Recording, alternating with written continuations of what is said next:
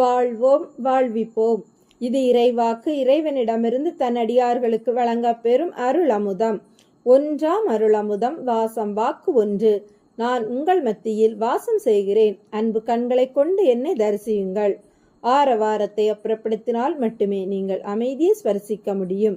வாழ்வோம் வாழ்விப்போம். இறைவனை தரிசித்த சித்தர்கள். அருகம்புல் சித்தர் இறைவனுக்கு பத்திரகாளி மூலம் பரிச்சயமானவர். முதல் சந்திப்பிலேயே இறைவனை அவருக்கு பிடித்ததா இல்லை அவரை இறைவனுக்கு பிடித்ததா என்று சொல்ல முடியாத அளவு இருவருக்கும் உள்ள ஒரு நெருக்கம். அப்போது இறைவனுக்கு 22 வயது இருக்கும். அவரை 82 தாண்டி இருக்கும். பல சந்திப்புகள் நடந்தேறின. இறைவன் முதல் நூலான திருச்சபை நூல் வெளியீட்டிற்கு திருச்செந்தூர் வந்து வாழ்த்தினார். கால ஓட்டத்திற்கு பின் கடைசியாக அவரிடமிருந்து அழைப்பு வந்தது. திருவல்லிக்கேணியில் ஒரு வக்கீல் அன்பர் வீட்டிற்கு வந்திருப்பதாக சென்று பார்த்தார். நிறைய அன்பர்கள் கூட்டம். அதிலும் இறைவனை அழைத்து அவர் பக்கத்தில் அமர்த்தி அன்பு சிலிர்த்தது. கிளம்பும் போது இறைவனாகவே அடுத்து எப்போது சந்திக்கலாம் என்றார். பிராமணர் காட்டில் சந்திப்போம் என்றார். தலையை ஆட்டியபடியே கிளம்பினார். 6-7 மாதத்திற்கு பிறகு நண்பர் சிவ செல்வராஜிடம் இருந்து போன் வந்தது.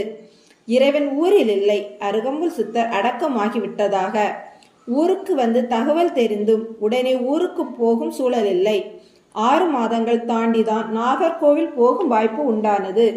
நேரடியாக சிவ செல்வராஜ் வீட்டிற்கு சென்று அவரும் இறைவனும் மோட்டார் சைக்கிளில் அருகம்புல் சித்தர் சமாதி நோக்கி சென்றனர். செல்லும் வழியில் இறைவன் கடைசியாக சாமியை சந்தித்த விபரத்தை கூற அவர் அதிர்ந்து விட்டார். இறைவன் வண்டியை பிரேக் போட்டு நிறுத்தினார். அருகம்புல் சித்தர் சமாதி வைத்த இடம் சிவ செல்வராஜ் வழங்கிய இடம் என்றும் தற்போது அது தம்பத்து கோணத்தில் என்றிருந்தாலும் தாய் பத்திரத்தில் பிராமணல் காடு என்றுதான் இருக்கிறது.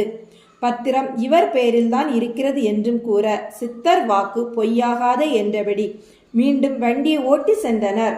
ஒரு தோப்பினுக்குள் சென்றனர். அங்கு ஒரு சின்ன கோவில் கருவறை மட்டுமே இருந்தது. கருவறை முன்பகுதி சிமெண்டால் பூசி சுத்தமாக இருந்தது. நடை பூட்டி இருந்தது. உள்ளே விநாயகர் விக்கிரம் பூஜை நடத்தப்பட்டு வந்தது தெரிந்தது. இறைவன் சிவ செல்வராஜை தள்ளி நிற்க சொல்லிவிட்டு இறைவன் மட்டும் நடை வாசலில் சென்று சிமெண்ட் தரையில் அமர்ந்து தியானித்தார். காட்சி விநாயகர் உருவத்தில் நின்று அருகம்புல் சித்தர் தன் உருவத்தோடு எழுந்தார். காவி வேட்டி, உடம்பில் எதுவும் இல்லை. கண்ணில் கண்ணாடி, கைகூப்பி நின்றார்.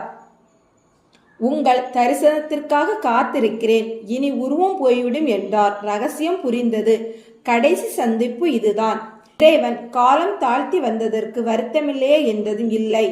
நான் ஒரு மல்லிகைப்பூ போடுகிறேன் என்று போட்டார். இறைவன் பின்னால் விழுந்தது. திரும்பி பார்த்தார். பூ கிடந்தது. சிவ செல்வராஜை அழைத்து பூவை பார்க்க வைத்தார். அவருக்கு ஆச்சரியம். சாமி போட்டது என்று கூறி அதை எடுத்து சிவ செல்வராஜிடமே கொடுத்தார். கண்களில் ஒற்றியபடி தன் சட்டை பாக்கெட்டில் போட்டுக்கொண்டார். வீடு திரும்பினர்.